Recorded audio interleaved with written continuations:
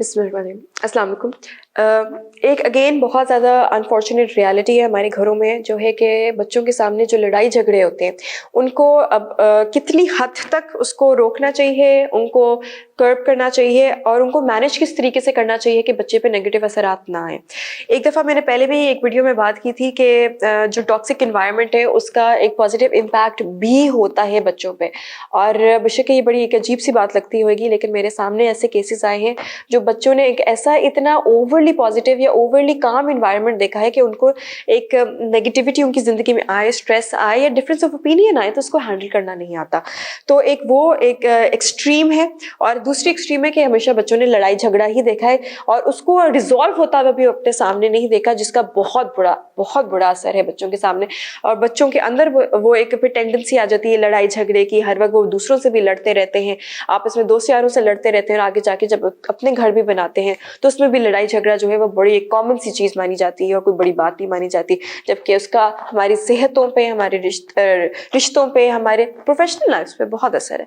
तो जो अगर आपकी लड़ाई आ जाती है, डिफरेंस ऑफ ओपिनियन आ जाता है अपने आपस में, ऑब्वियसली दो मुख्तलिफ लोग होते हैं, हस्बैंड एंड वाइफ, बेशक इसमें उनमें बहुत सिमिलैरिटी विद टाइम स्पेशली आती रहती है, लेकिन at the end of the day they will never be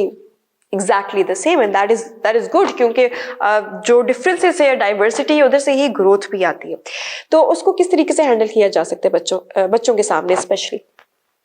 दो इसमें मैं आपको पॉइंट्स दूंगी, दो बहुत ज़रूरी चीज़ें जो ज़हन में रखनी चाहिए। देखिए, अगर डिफरेंस ऑफ ओपिनियन आता है, पहली बात उसको केटर करना बच्चों के सामने ज़रूरी है। अगर बच्चों के सामने कोई भी छोटी छोटी बात आ जाती है, फॉर इंस्टेंस किसी शादी का इवेंट आ रहा है फैमिली में और जो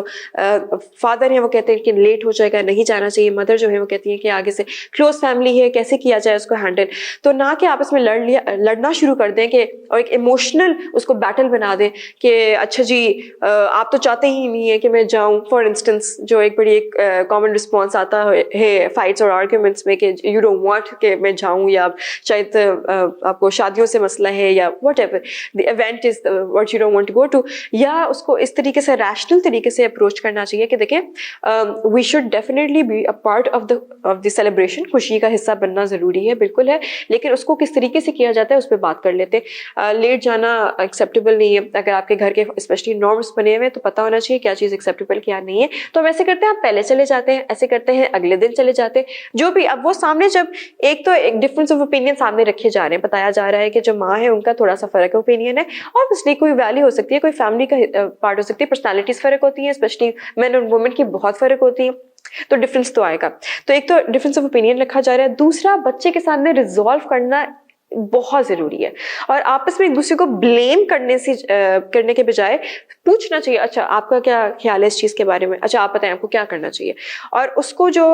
वॉक आउट कर जाते हैं कॉन्वर्सेशन से, या बच्चा जो है वो अपने कमरे में चला गया, पीछे माँ बाप लगे हुए आपस में लड़ रहे हैं, बहुत वो हार्मफुल होता है बच्चे के लिए भी, माँ बाप के लिए, घर के लिए, जनरली इन्वायरमेंट के लिए। बच्चे के सामने पता होना चाहिए कि माँ बाप at the end of the day जो है उन्होंने बात जो है वो अच्छी तरीके से रिजॉल्व करके now they're back fine, they're happy, they're hugging each other, they're laughing, they're having a good conversation, कोई ऐसी एक नेगेटिव बीच में फीलिंग नहीं है। तो जो रिजॉल्व होना है वो भी बहुत जरूरी है, और बताना भी किस तरीके से रिजॉल्व होता है, प्लस ये पॉसिबिलिटी कि कोई डिफरेंस हो सकती है। ये तीन चीजें हैं जो बच्चे के सामने रखना बहुत जरूरी है कि yes people are different but you have a way of handling it. उसको हैंडल करने का बेशुमार तरीके होते हैं, दूसरे से पूछना चाहिए उसका क्या परसेप्शन है, कॉमन ग्राउंड सोचना चाहिए, कोई कॉम्प्रोमाइज कोई कर ले, कोई आपस में एक ऐसा डिसीजन ले लिया जाए जो विन विन सिचुएशन डेवलप कर सके दोनों के लिए, कोई जो है वो बुरा फील ना कर रहा, उसके लिए कॉम्पनसेट उसको करना है तो किस तरीके से करना है, अच्छा चलो आओ मैं आपको भाई ले जाता हूँ भी, लेकिन चलो आओ लेट्स हम इकट्ठे कोई एक्टिविटी कर लेते हैं, जो भी कर सकते हैं आप लोग।